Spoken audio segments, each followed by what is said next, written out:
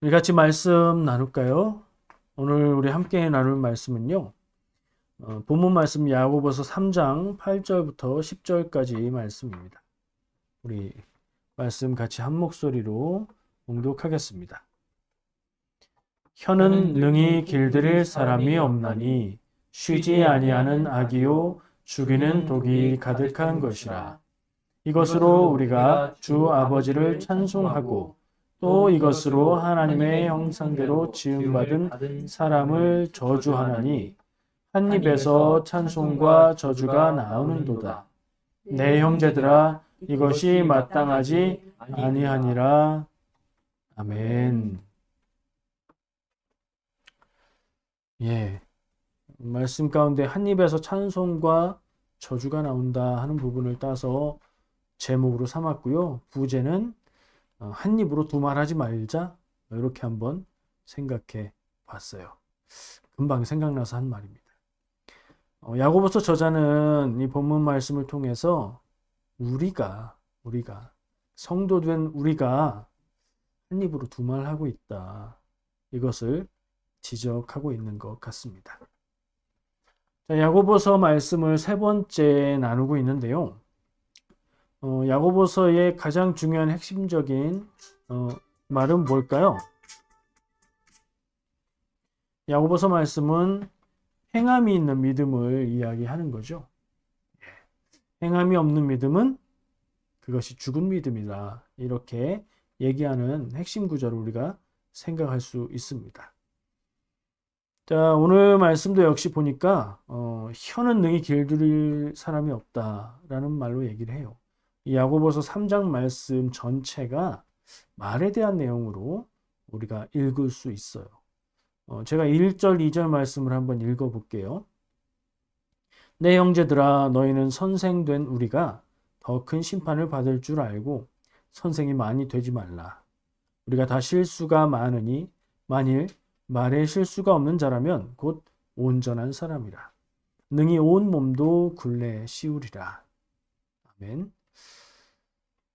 야고보 사도 역시 말을 통해서 실수를 하고 마음에 의도하지 않은 말들을 하게 되고 뜻하지 않게 말이 잘못 전달되는 그런 일들을 많이 겪었을 것 같습니다.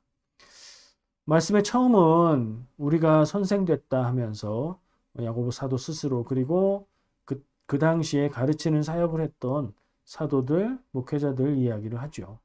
근데 뭐라고 얘기해요? 더 큰 심판을 받을 줄 알아라. 이건 벌 받을 거다라는 얘기가 아니라 더 책임이 막중하다. 그러니 선생이 많이 되지 말라. 목회자가 되려고 하지 말고 나서서 말씀 전하는 사람이 되려고 하지 마라는 얘기를 하고 있어요. 이건 정말 하지 마라는 얘기가 아니라 그만큼 그 사역이 중요하고 큰 책임이 따른다, 요 얘기겠죠.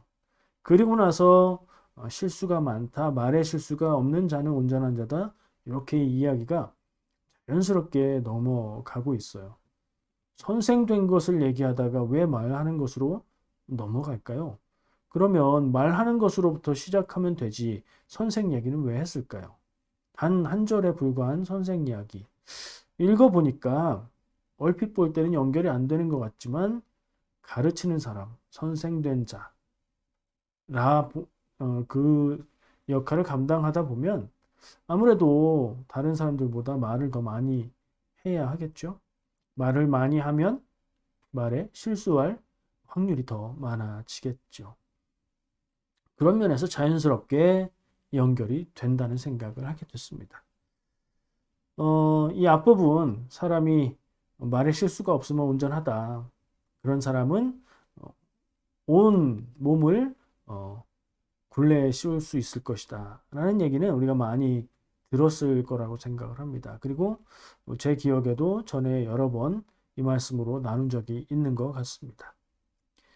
야고보서 3장 전체를 한번 봤습니다. 아무래도 한 장 한 장 읽어 나가다 보니까 제가 말씀을 읽고 묵상할 때마다 이번 장의 전체적인 내용은 어떤가, 흐름은 어떤가, 어느 부분이 핵심인가, 이런 관점으로 보게 되거든요. 제가 본문으로 선택한 8절에서 10절이 사람이 말을 하는데 하나님을 향해서 찬양하고 그 같은 사람이 같은 입으로 사람을 향해서는 저주를 한다. 모순된 것처럼 들리는, 말이 안 되는 것처럼 들리는 것을 이야기하고 있어요. 우리가 이 말씀을 읽고 들을 때 술궁이 갑니다. 어떻게 한 사람이 한 입으로 하나님을 향해서는 찬양을 하고 사람을 향해서는 저주를 할까? 그건 잘못된 거지. 라고 동의할 수 있습니다. 그래요. 그걸 동의하는 게 어려운 일은 아닌데 다시 생각해 보면 나야말로 그런 존재가 아닌가 하는 생각을 하게 됩니다. 인간 존재 자체가 모순을 안고 있다는 생각이 드는 거지요. 저는 그런 인간적이라는 말이 있죠. 인간적이라는 표현에서 그 비슷한 의미를 발견하거든요. 누군가 누구를 향해서 저 사람 참 인간적이다 라고 말할 때는 긍정적으로 말하면 따뜻하고 이타적이고 순수하다 이런 의미가 될 수 있어요. 근데 느낌을 좀 달리해서 저놈은 참 인간적이야 라고 말하면 이건 무지하고 잔인하고 이기적이고 극단적으로 악한 모습을 갖고 있다는 표현이 되기도 하죠. 똑같은 말인데 완전히 반대되는 내용을 말하고 있어요. 왜 그럴까요? 저는 인간이 두 가지의 모습을 다 가졌기 때문이라고 생각합니다. 따뜻하고 이타적이고 순수하고 남을 위해서 자기를 희생할 줄도 아는 인간이지만 자기만을 위해서 살고 자기가 좋은 것 가지려고 남을 해치고 정말 생각도 할 수 없는 잔인한 방법으로 남을 괴롭히고 사람이 이럴 수가 있는가 하는 극단적인 악한 모습을 나타낼 때도 많이 있거든요. 어떻게 생각하십니까? 동의가 되십니까? 그렇다면 만약에 동의가 되신다면 나는 어떨까 한번 생각해 보는 시간을 가져보시기 바랍니다. 스스로 자신의 모습을 생각해 볼 때 방금 전에 얘기했던 대로 나는 모순적인 인간의 모습을 그대로 갖고 있는가? 아니면 나는 긍정적인 부분들, 착하고 이타적이고 따뜻한 마음을 갖고 있는 그런 사람, 혹은 반대로 남에게 악하게 대하고 무지하고 잔인한 그런 사람인가? 한번 생각해 보시기 바랍니다. 역시 저도 스스로 생각해 볼 때 이중적인 모습을 발견합니다. 부모로서 자녀를 사랑합니다. 모든 것을 다 주고 싶고 모든 것을 다 해줄 만큼 사랑하지만 또 다른 욕구와 욕망에 의해서 자녀를 억압하기도 하죠. 이런 말을 덧붙입니다. 다 너를 위해서 하는 말이야. 너를 위하는 거긴요. 자기를 위한 거지요. 보통 사람들은 또 자기가 좋아서 하는 일들, 습관의 일들이 자기 건강과 인생을 망치기도 합니다. 예를 들어 볼까요? 음주의 습관을 가지고 있으면 좋아하는 거죠. 좋아서 하겠죠. 근데 인생이 어떻게 됩니까? 건강도 망치고 인생도 망치게 되지요. 흡연도 그렇죠. 운동 안 하는 습관은 어떻습니까? 제가 할 말은 좀 아니다 싶지만 운동 안 하는 게 편하고 좋아서 운동을 안 하는데 내가 좋아서 하는 일이 내 건강과 인생을 망치죠. 분명한 일입니다. 과식하는 건 또 어떻고요. 내 입에 잘 맞고 맛있고 더 먹고 싶어서 배가 부른데 과하게 먹습니다. 내가 좋아서 하는 일이죠. 근데 그것이 나를 해칩니다. 말이 나와서 생각이 나서 덧붙이는 이야기를 좀 하고 싶은데요. 적당한 술은 건강에 좋다. 이런 얘기들 흔히 하죠. 그러니까 약간씩 음주를 하는 것은 오히려 건강에 좋다. 상식처럼 얘기들 하고 있는데요. 진지한 연구에 의하면 전혀 그렇지가 않다는 거예요. 이게 통계의 오류라고 그런 그 소식들을 전하는 기사나 논문들의 대한 연구를 한 그런 연구가 있었어요. 통계를 내는데 술을 많이 마시는 사람, 적게 마시는 사람, 더 조금 마시는 사람, 술을 적게 마실수록 건강하고 오래 살아요. 근데 이상하게 술을 전혀 안 마시는 사람이 술을 아주 조금 마시는 사람보다 더 건강한 게 아니라 거의 끝에서 술을 많이 먹는 사람 바로 앞에 정도 순위에 그 수명이나 건강이 그 정도에 위치했대요. 많은 연구들이 그랬대요. 그걸 근거로 술을 조금 적당히 마시는 것은 건강에 오히려 좋습니다. 이렇게 얘기했는데 그 통계가 어떻게 된 거냐?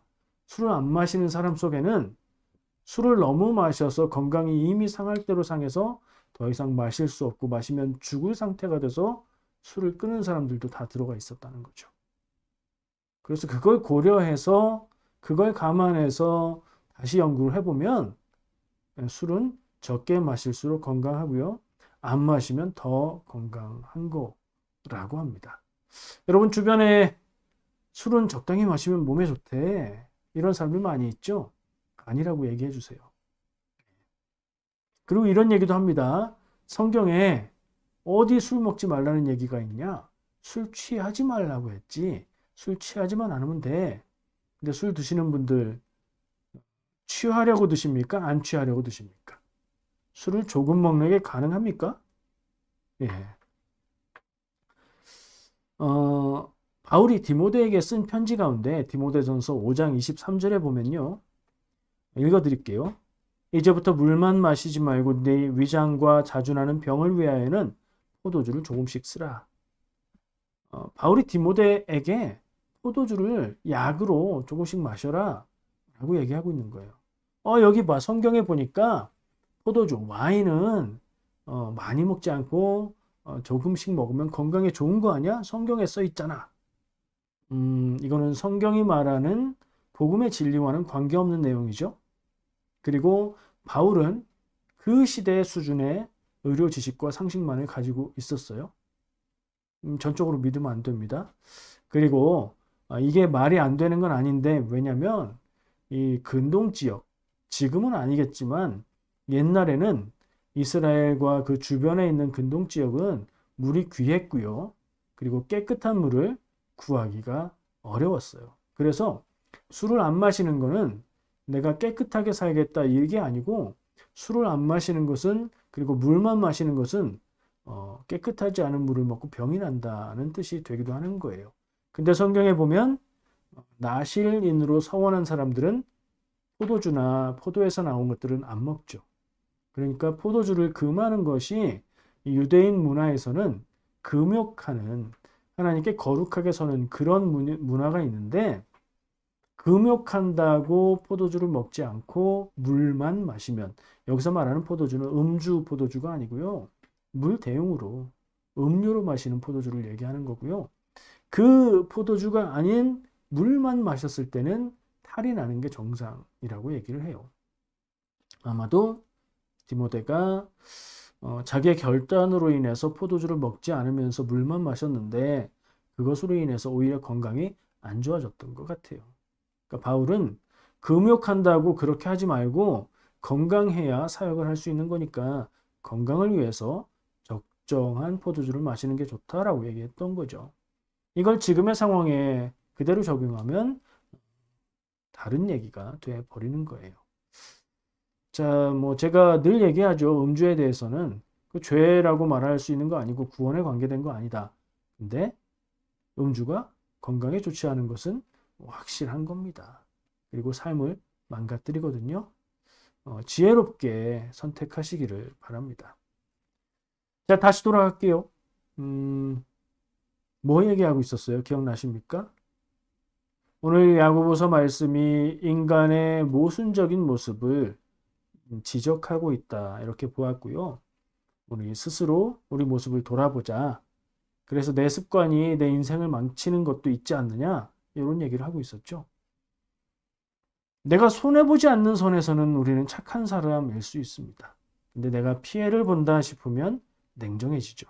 그 지점부터는 철저하게 이기적인 모습으로 돌아서는 것을 생각하게 됩니다. 그러면 우리는 착한 사람입니까? 이기적인 사람입니까? 나한테 큰 피해가 없을 땐 착한 사람이지요.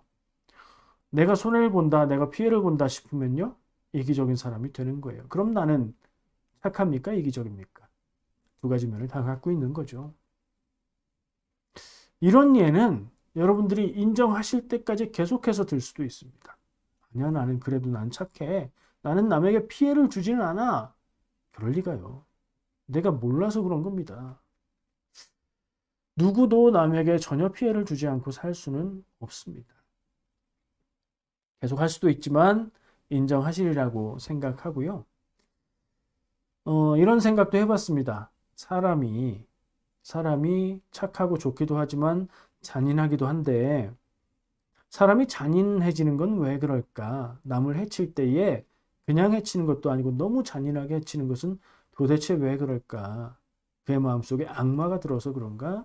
정신병인가? 그가 태생부터 악한 사람이기 때문인가? 이런 생각들을 해봅니다.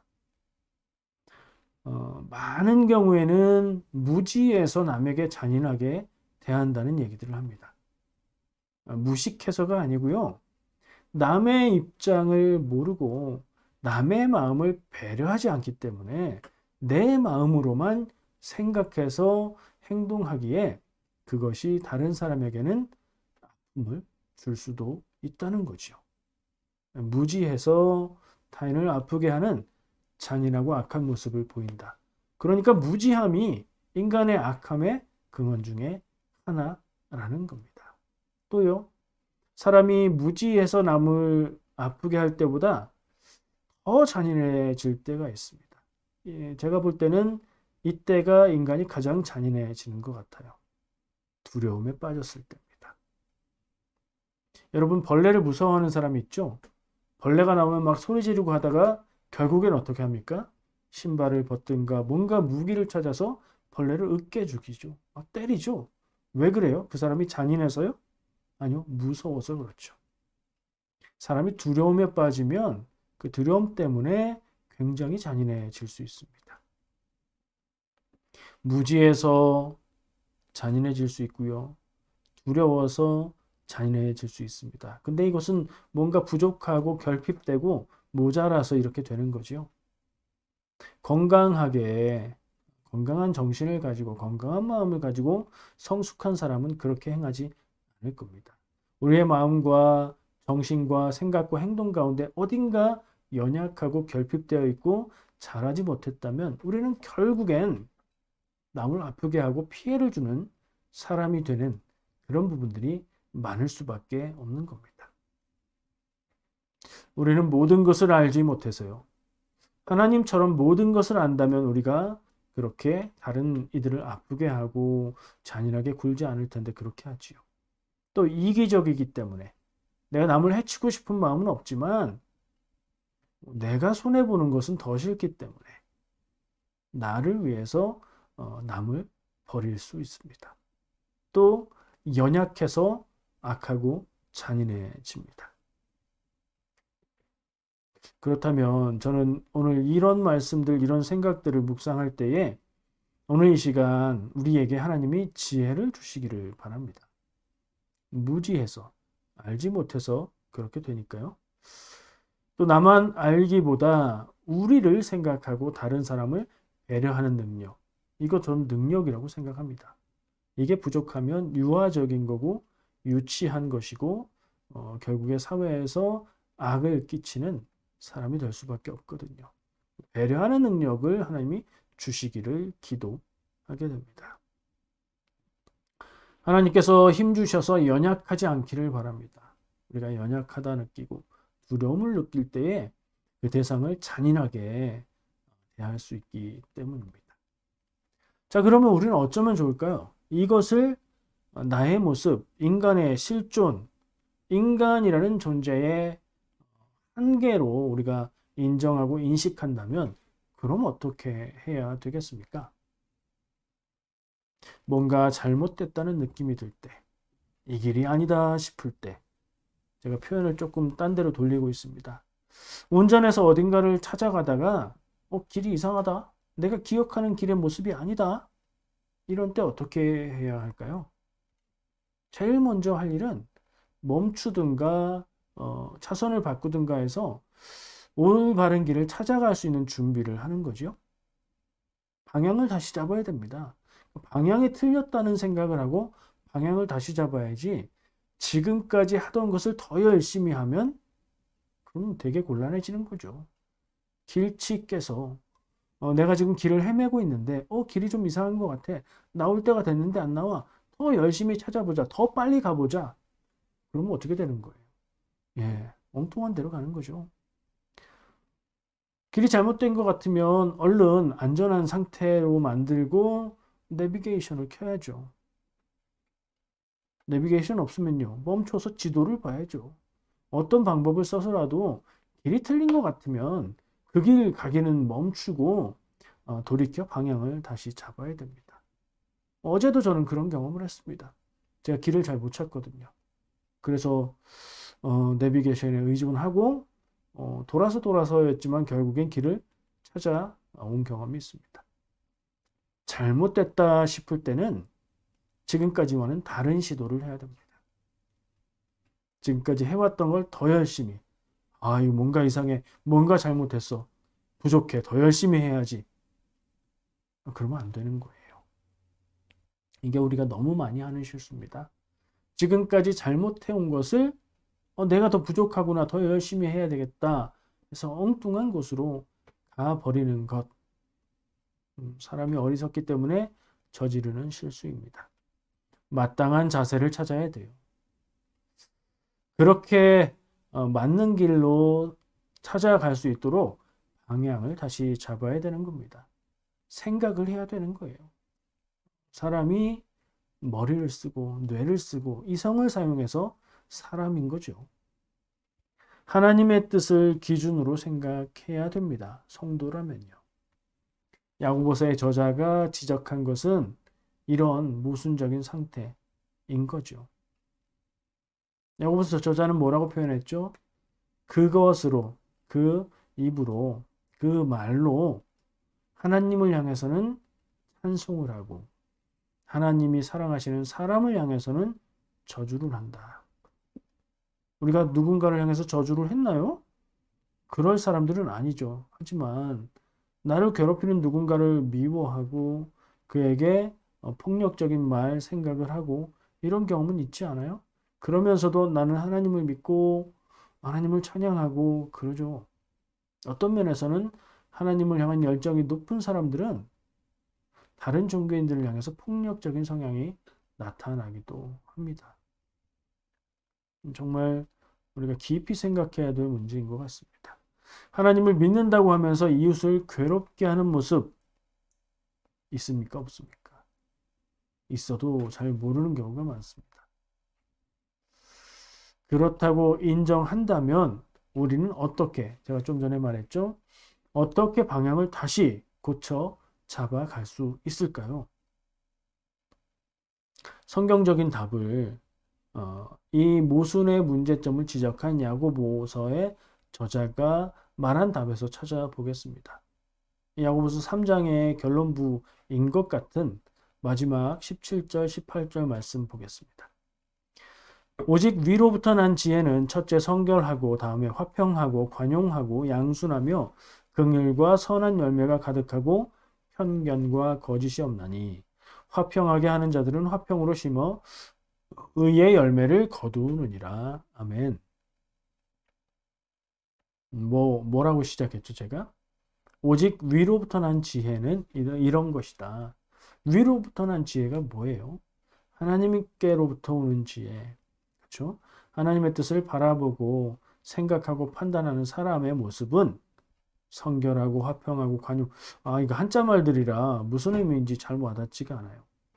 때로는 한글 성경보다 영어 성경의 단어들이 더 명쾌하고 명확할 때가 있어요. NIV 성경에서 이 부분을 어떻게 표현했는지 보니까요. Peace loving, considerate, submissive, full of mercy and good fruit, impartial and sincere. 이런 단어로 써놨어요. 번역해 볼까요? 평화를 사랑하고, 사려 깊고 배려한다는 말이죠. 순종하고 자비와 좋은 열매가 가득하고 공평하고 성실한 모습. 그것이 야고보서 저자가 말하고 있는 이런 모순적인 인간의 상태를 극복하는 사람의 모습인 것 같았습니다. 야고보서 저자가 8절에서 10절에서 지적한 문제를 한마디로 얘기하면 어떻게 한 입으로 하나님을 찬양하고 이웃을 저주할 수 있느냐? 라는 질문이었죠. 거기에 대한 답으로 이 17절, 18절 말씀을 기록한 것 같아요. 아까 영어 생각했으니까 다시 한번 우리 개역개정 성경을 읽어보겠습니다. 오직 위로부터 난 지혜는 첫째 성결하고 다음에 화평하고 관용하고 양순하며 긍휼과 선한 열매가 가득하고 편견과 거짓이 없나니 화평하게 하는 자들은 화평으로 심어 의의 열매를 거두느니라. 아멘. 이런 사람이 되는 것이 모순적인 존재가 되지 않는 방법인 것 같습니다. 그냥 좋은 말들을 쭉 나열해 놓은 것 같은 느낌이 들지만 이건 정말 중요한 말들입니다.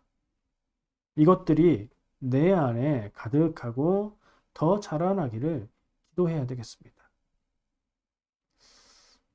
내 안에 이런 것들이 있습니까? 있죠. 근데 전부 다 있나요? 그렇지는 않죠. 내가 내 모습을 바로 보기가 어렵고요. 내가 내 모습을 객관적으로 혹은 하나님의 눈으로 보는 것처럼 평가하기가 어렵습니다. 그런데 남에게서는 그런 모습을 잘 발견하고 평가할 수 있습니다. 이런 모습을 가진 사람들이 우리 주변에 있습니다. 성경 말씀에 나오는 예수님이 일단 그렇고요. 여러분 주변에 이런 좋은 요소들을 적어도 한 가지 이상 가진 사람들이 있을 겁니다. 그들을 보고 그들을 배우고 그들을 따라하는 노력을 할 때에 우리가 그렇게 변해갈 수 있을 겁니다. 큰바위 얼굴이라는 소설 기억하십니까? 저희 세대 때는 교과서에 나온 짧은 소설이라 기억을 하고 있습니다.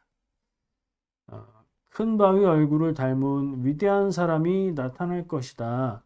이런 전설이 있는 마을에서 사는 한 사람의 이야기죠. 그 주인공은 그 위대한 사람이 나타나기를 기다리며 나이를 먹어가며 살고 있었습니다. 근데 여러 사람들, 저 사람이 큰 바위 얼굴을 닮은 사람이야. 라고 하는 유명한 사람들이 그 마을에 여럿 나왔는데 자세히 보면 그런 것 같았지만 아니고 여러 사람들의 모습 가운데 그런 실망을 합니다. 근데 이 주인공은 계속해서 그 큰 바위 얼굴, 그 산의 모습이 사람의 얼굴 같아서 그런 얘기가 있는 건데 그 큰 바위 얼굴 모습을 한 산을 계속해서 바라보고 그 위대한 인물이 오기를 기다리고 꿈꾸고 찾기 위해 노력하고 살아갔더니 결국엔 그 주인공이 사람들이 큰 바위 얼굴을 닮은 사람이다 라고 말하는 그런 성숙한 사람이 되었다. 그런 내용의 소설입니다. 왜 이 얘기를 하냐면요. 내가 내 모습을 바라보고 평가해 볼 때 정말 괜찮다. 이럴 수 있는 사람은 많지 않을 겁니다.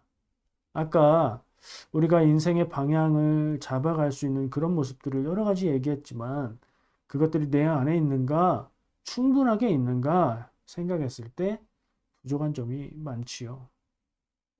그래서 저는 내 주변에서 그런 사람들을 발견하고 그들의 모습을 닮아가려고 애쓰자 이런 얘기를 했습니다. 큰바위 얼굴 소설의 주인공이 그 모습을 생각하고 찾고 바라면서 그렇게 되어져 갔던 것처럼 우리도 내 주변에 있는 사람들의 모습을 발견하고 본받을 만한 것들을 따라하고 노력하고 훈련하기를 계속했을 때 그 모습에 시간이 곱해져서 처음에는 어색하고 내 모습 같지 않고 억지로 하는 것 같았지만 결국에는 그게 내가 되는 그런 역사가 있을 수 있겠다. 우리 성도들이 다 그랬으면 좋겠다. 그런 생각을 하게 됐습니다. 여러분이 그런 모습의 신앙인들 되시기를. 그래서 누군가 여러분들을 바라보면서 나는 저분처럼 됐으면 좋겠다 할 수 있는 모델이 되어 주시기를 축복합니다. 기도하겠습니다.